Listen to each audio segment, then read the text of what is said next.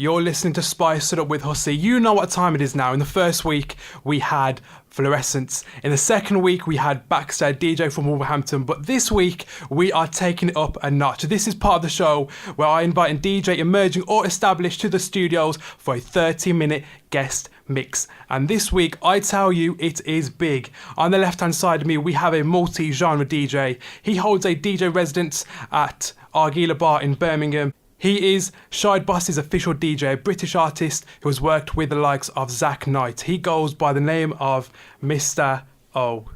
How are you, bro? I'm all good, thanks, man. How are you? I'm good, thank you. So tell me about this Shide Boss connection with... So, Shide Boss, obviously, great British Asian artist, worked with the likes of Zach Knight, my logo, and most importantly, he's got an album to come out soon, this year. So he's been busy in the studio working on that. History between me and him goes, obviously, as you know, I work at Argeela Lounge in Birmingham. That's my residency. Every Saturday I'm there, by the way, and you guys should definitely come down. Little plug.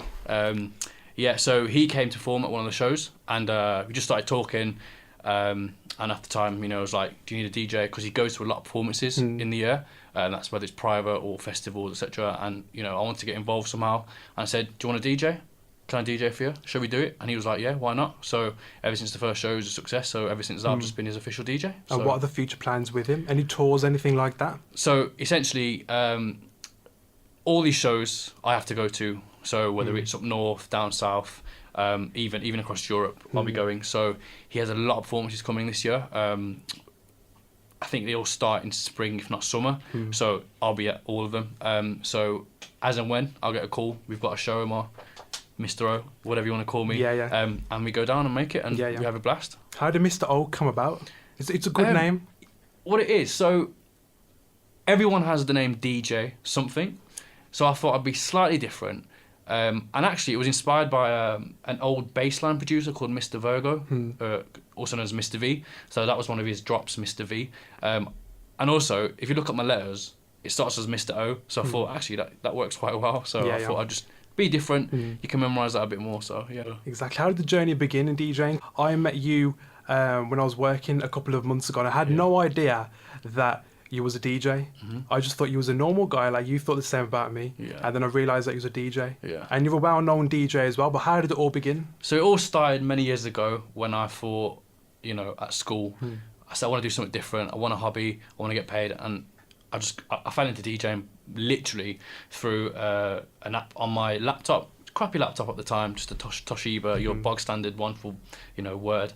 And I downloaded an app called Virtual DJ, and it was easy because, you know, you press a button, you can DJ, and from that I started to learn how to do it, but I started to learn how to beat match, so I'd literally cover the screen, not use a sync button, and I thought to myself, if only I had money to buy vinyl or CDJs. But then that's when, like, the university loans came into play, which I used essentially to buy my first bits of equipment, my first MacBook, my Serato box, etc., etc. So it all started with a bit of interest in a little app on a laptop when I was younger, and now, you know, using the funds and investments, basically, I've been able to like progress and become a bit of a bigger DJ. And is this something that you want to take on in the future, or is it just something you don't mind doing on a Friday, Saturday? I'm happy doing it on a weekend.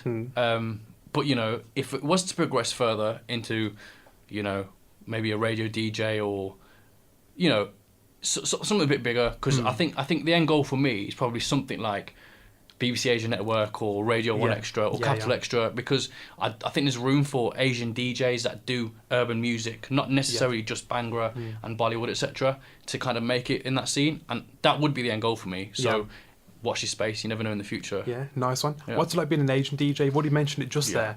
You don't just play Bang, you don't just play Bollywood, you're also playing a lot of urban hits and that kind of thing. You don't get it that much though. And you're not a wedding DJ either. No, exactly. So what's it like being different, I'd say, in the industry? I think it's good. It's definitely a stick-up point. So, you know, people will be like, oh, you know, shall we get a DJ for this certain event? They'll say Mr O. Why? Because he doesn't just do Bhangra, doesn't do Asian music. He actually does a wide variety of music. But I think as an Asian DJ to break into, let's say, should we call it the mainstream urban kind of, you know, that kind of scene, I think it's a bit more difficult because you've got the likes of Candyman and DJ Limelight, who I think are two out of a larger number who are on BBC's roster. So I think it's a good opportunity for me, and even yourself, for example, to kind of use this as a platform to kind of break through and break the mold. And we can be Asian DJs who do urban music as well as any other type of DJ. Yeah. And I think, fingers crossed, in the future, I'd like to see myself there. Asian music scene, you're already working with Shide Boss, you know that he's trying to make movements, and he's making something a bit more different that a lot of people are, not doing. Yeah. How do you see the Asian music industry progressing in the next couple of years? I feel like it's becoming bigger, and it's trying to also become a bit more mainstream, but it's very difficult from what I've seen. Not only with Shide, with other artists as well who are trying to make it mainstream. But I think if everyone keeps pushing and trying their hardest to do that, then I think there is a lot of room for the Asian music scene. But do you think that it's got the ability to hit the charts, for example? We see that with Afrobeat kind of music, J Hus, Kojo Funds, who are originally from, Ghana and the African countries. But can we do it? I like to think the right person can do it. I think the last time anyone kind of did was probably Jay Sean. Yeah. And I like to think that if anyone's, similar to Jay Sean, or, if not better, a newer version, more up-to-date version, it could be Shide. And I think potentially he does have the scope, especially given his new album that's coming out in the year and his new songs. I mean, from what I've heard, they sound pretty ace. So you never know. Watch this space as well, because it's only a matter of time before a good Asian artist does make it through to the mainstream. And I like to think there is scope for us to do that.